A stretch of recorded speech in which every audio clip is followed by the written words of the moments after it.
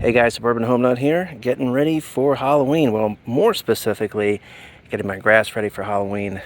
It's looking just a little on the light side, and what I'm going to do is going to be fertilizing all the way down. Maybe you've seen Alan Hain, he talks about domination, lawn domination, and all that kind of stuff. Well, I'm going to show you what I'm going to be doing in the next couple of weeks to get my lawn looking really, really good for Halloween.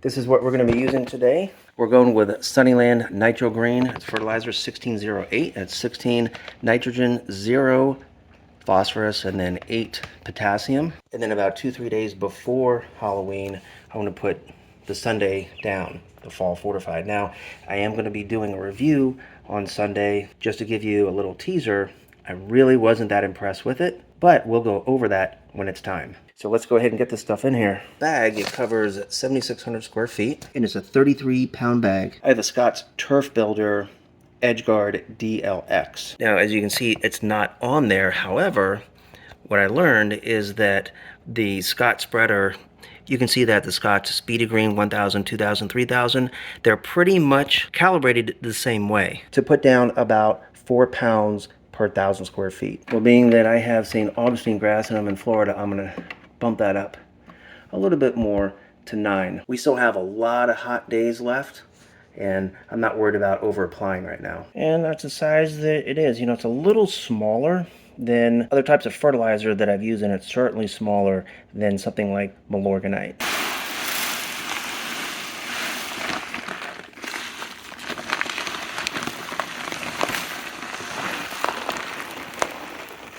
All right, that ought to do it. Might have to come in and top it off, but that's all right. All right, guys, so we're going to do our normal 1,000 square feet. Here's the side of the house. We're going to go up to the fence, back here, right here, and then we're going to end up right back here again. There's another stick bug. Boy, they love our house. Check out that little guy right here, too. They are really cool. First thing that we're going to do is a trim pass right along the side of the house, and then we're going to go up to the fence right there. Now, what a trim pass means is when the edge guard is on, so we're going to engage that, which engages this right here. This stops the fertilizer from going out that way. If we come over here, we can see that it's going to stop the fertilizer going out that way. It's only going to come from the front like this, and then 2 feet over that way. These edge guards are really good if you have a driveway or sidewalk, flower bed, especially if you're doing seed. You never want the seed to go into your flower bed or rose bushes or anything else like that. If you're looking for a spreader, I highly recommend getting one with an edge guard like that.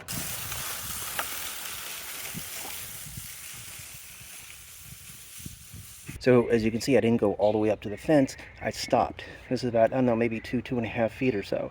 The reason for that is we don't want to get too far over here, because then we're just over fertilizing this area.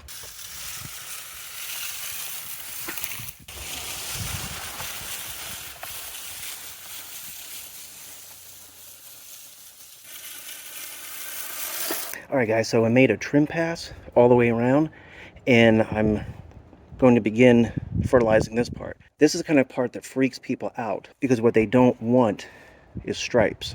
So the 2 big takeaways on this is your speed and where to position this when you're going that way. My walking speed is, I just keep, I know this may sound a little corny and goofy, but I keep staying alive by the Bee Gees in my head, or if I want to go to the king himself, Weird Al Yankovic, another one rides the bus. So if we're going dun dun dun, another one rides a bus, that's a pretty good walking speed. So I've done the trim pass right here. So I had 2 feet going this way, and then 2 feet all around the perimeter.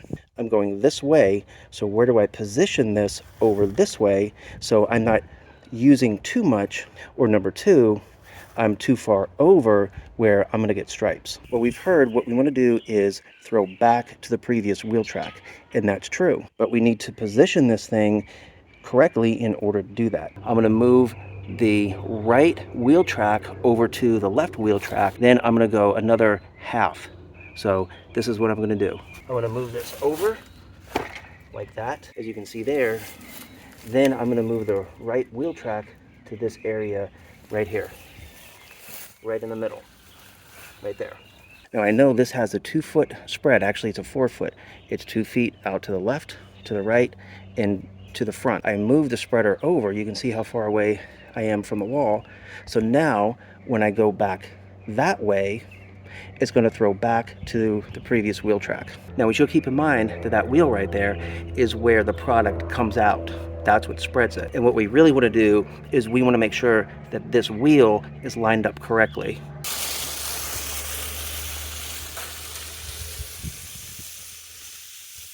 Okay, so now take it forward.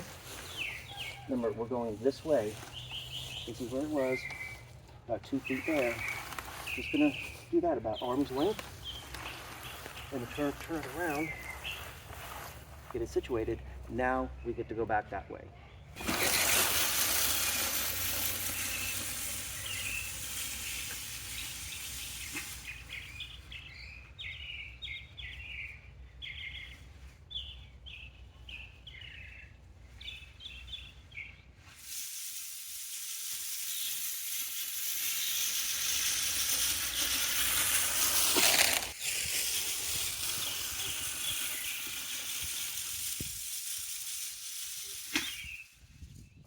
Now hopefully you can see these wheel tracks right there. So remember, this was the right wheel track. I was throwing that way. But now I'm in this position, remember the wheel's right here, and I'm throwing back to this previous wheel track right here. That's about 2 feet. So what's happening here is that here's the wheel track. I threw back this way. Now I'm going back this way, and I'm going to overlap like this all the way down. This area right here is going to get fertilized.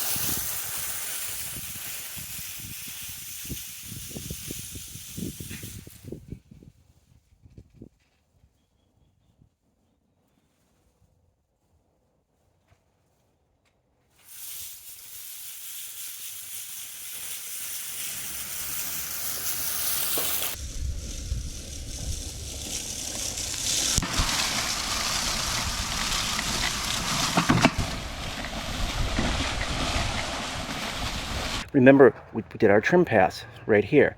So from the fence over, I threw 2 feet. Then I did a pass coming up this way, which threw it over this way. And when I walked back right here, not only was I throwing back to the previous wheel track right here, but I was hitting the trim pass going that way. It's really easy to get perfect coverage when you do that. All right, guys, so that is just a really down and dirty fertilizing, getting ready for Halloween. So if you have any questions or comments, please leave them in the comments section below. Palms are doing pretty good. Oh, look at that, it just came off. These are those foxtail palms. They call them self-cleaning. So they just kind of slough off right there. It has a little bit of fungus. I think it'll be okay. Really dark green. You can get a better look at this. It's called a foxtail palm.